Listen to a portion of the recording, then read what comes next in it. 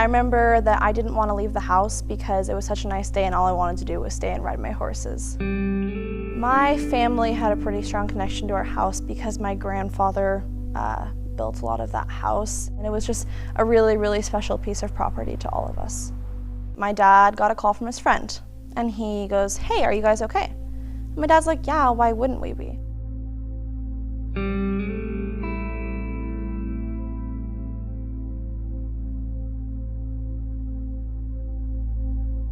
I'd worked at the newspaper for about 14 years, the Seattle PI. And in my role at the time, working for a newspaper, I had to be very connected to the community. I had to always know what was happening. And I largely did that through social media. And then I started seeing things on Twitter about Slide. And, you know, it took a few hours, took a little while for it to become more clear how big of a disaster and how tragic and how terrible this thing was.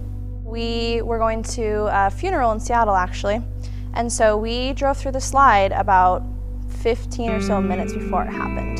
None of us were very shocked or upset because we hadn't found out the true effect of it yet.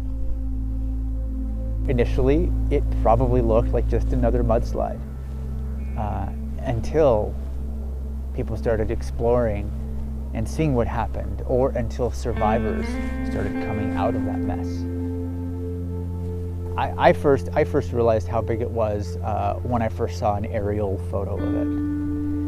And I was shocked, and I said, wow, I need to go there now. You know, being out in that disaster zone and seeing people's lives upended in the way that they were, it was terrifying. It was a little bit haunting. You know, I wanted to be so respectful out there in that disaster zone because it was like walking in a graveyard.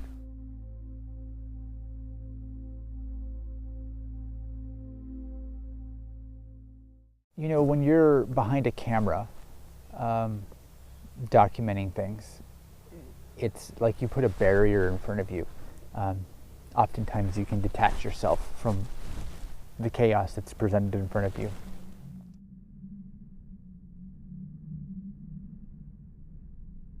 Well, geologically, what happened the day of that landslide is that a piece of the valley wall failed, dropped off the valley wall, turned into a debris avalanche, debris flow that spread across the valley floor, causing havoc and destruction. And then the next piece of the hill back dropped into the hole that was created when that first piece tragically shot across the valley bottom.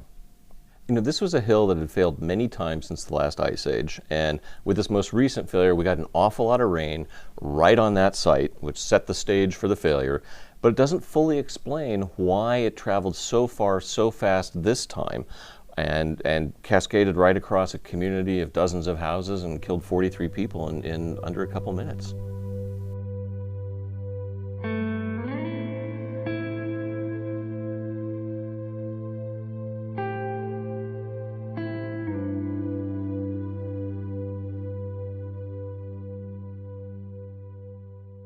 You know, my own suspicion is that the biggest role that logging may have played in the Oso landslide was actually decades ago in the 1940s and 50s when the original forest cover was clear-cut logged, and that would have changed the hydrology of this hill slope. And we know that there was an ancient landslide on that hill slope, and the forest clearing decades ago may have triggered the reactivation of the slide. When you take a hillside and remove very large trees and replace them with very, very small trees, it's going to change the water balance of the hillside. So it was notable for both the tragic human toll, but also because it got scientists looking at landslides in this region and landslide hazards in a different way and in new light. You know, the feelings that I had as I saw people's lives just exploded in a field of mud, it really just made me think about how fragile life is, how delicate everything is. You know, the fact that something as simple as a hillside, it's always there. You know, you drive past it, you never think that a hillside is going to come down in the way that it did. We didn't know what we were going to come home to. When I first came back, all I saw was police cars, ambulances, a wall of dirt that was probably about 50 or 60 feet high. The gal that wanted to help us, her and I swam 2 horses out through the water because it was so deep. While we were trying to rescue our horses, honestly, you don't really feel anything because all it is adrenaline.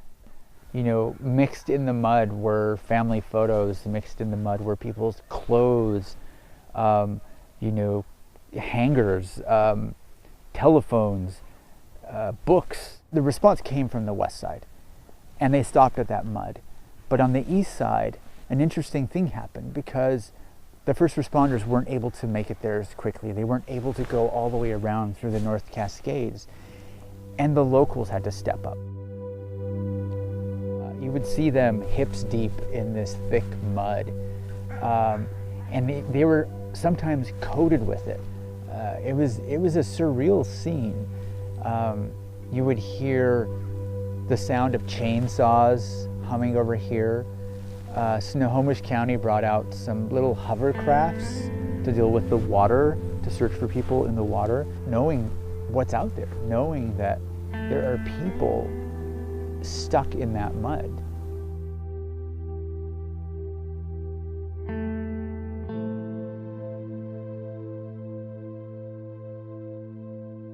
So there's all kinds of techniques that can be used to monitor active landslide movement to try and give residents a warning that, hey, this hillside's starting to move again, maybe something's going to be happening. But those things require expenditures, they require focus, someone has to do it. There's effort that goes into trying to set those things up. But there's a lot of things that science can do to actually help reduce landslide hazards. You know, the way to actually get the stability that trees may have been adding to the landscape back on the landscape is to get big trees back in the landscape. And to do that, it could require changing our forestry practices to grow much bigger, older trees. And in fact, if you looked at the county hazard maps, they all showed that that valley bottom was in a flood hazard zone, not a landslide hazard zone. So the night of the slide was probably the most devastating time of it all.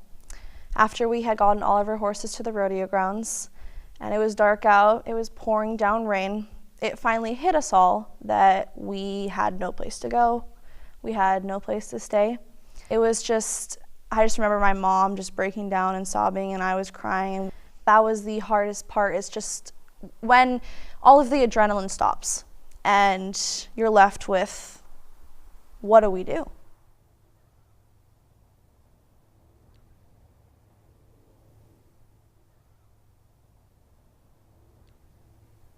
I saw people responding, people standing up, community members, neighbors that maybe don't speak to each other on a regular basis, but when presented with disaster, people just naturally respond.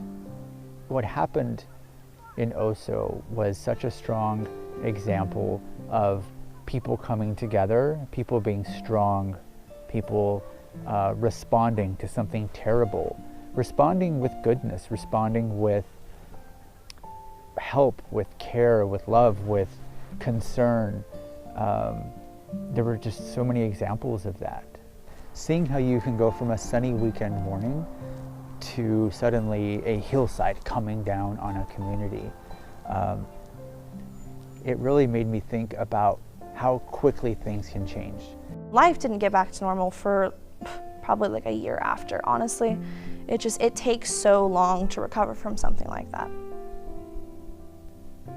The biggest lesson that I took away from the slide was, I mean, your life can be taken away instantly, or everything you have can be taken away instantly, and you truly never know when your last day could be. So just be thankful of what you have, because a lot of people are like, oh, that would never happen to me. I mean, I said the same thing, but it did. And you never know. So just appreciate what you have.